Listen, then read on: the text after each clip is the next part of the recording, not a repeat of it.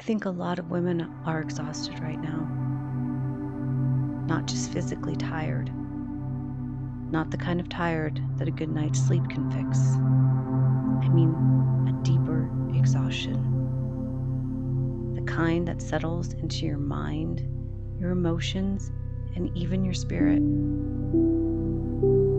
And the more I observe women around me, and honestly myself at times, the more I wonder if this exhaustion isn't coming from a lack of effort. Maybe it's coming from too much effort.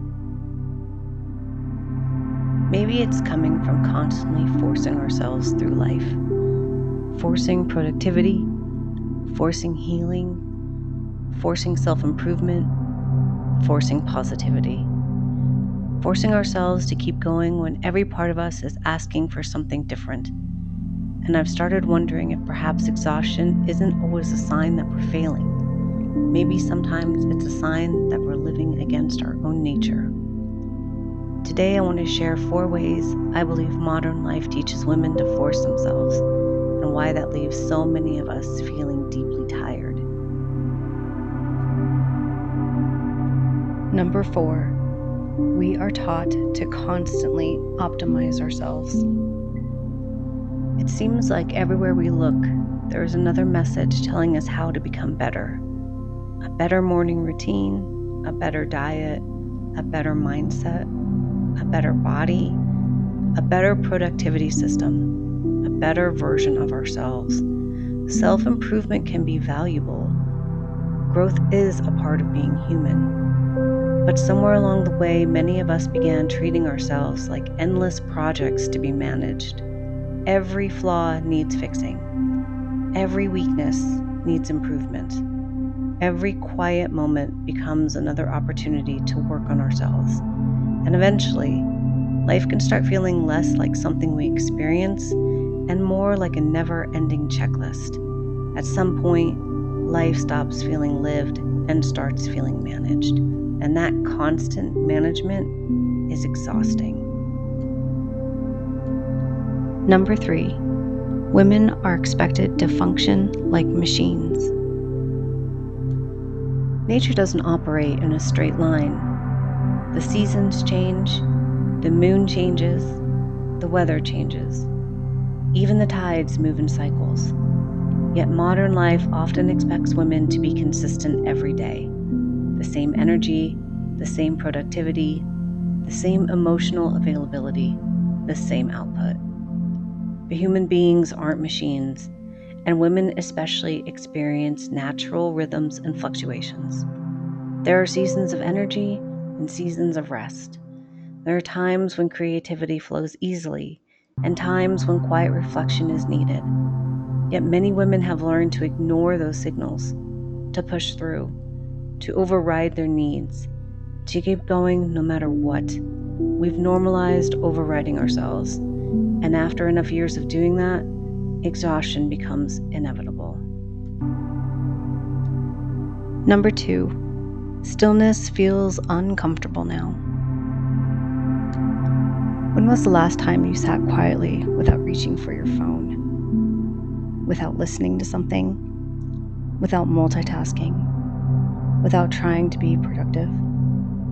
For many of us, stillness feels strange, almost uncomfortable, because modern life keeps us surrounded by noise. Notifications, information, opinions, entertainment, endless stimulation. Even when we stop moving physically, internally, we're still pushing. We're planning, comparing, worrying, consuming, trying to stay caught up. And over time, the nervous system forgets what true rest feels like. We become tired, but unable to relax, hungry for peace, but unsure how to receive it. Number 1, we confuse force with strength. This may be the deepest issue of all. Many women have been taught that strength means carrying everything, handling everything, enduring everything, being the reliable one, the capable one, the strong one. And while there is beauty in resilience, there's also a cost when strength becomes hardness. When strength means never softening, never slowing down, never asking for help, never allowing ourselves to simply be human. Nature offers us another model. Water is soft. Water yields. Water flows around obstacles instead of attacking them. And yet, over time, water reshapes stone. Perhaps real strength is not always force. Perhaps sometimes strength looks like flexibility, like softness, like knowing when to rest, like trusting life enough to stop pushing so hard. As I've reflected on these things, I've come to believe that many women are not failing at life. They're exhausted from constantly forcing themselves against their own rhythms, against their own emotions, against their own humanity. We've been taught to override ourselves, to optimize ourselves, to harden ourselves, to keep going no matter what. And maybe that approach has reached its limits. Maybe healing doesn't begin by learning how to force ourselves more effectively. Maybe healing begins with learning how to live more gently, with more space, more softness, more trust, more alignment with the rhythms that already exist within us. I've been exploring what a softer way of living might actually look like. And if that idea resonates with you, I hope you'll join me as we continue exploring it together. Until next time, be gentle with yourself.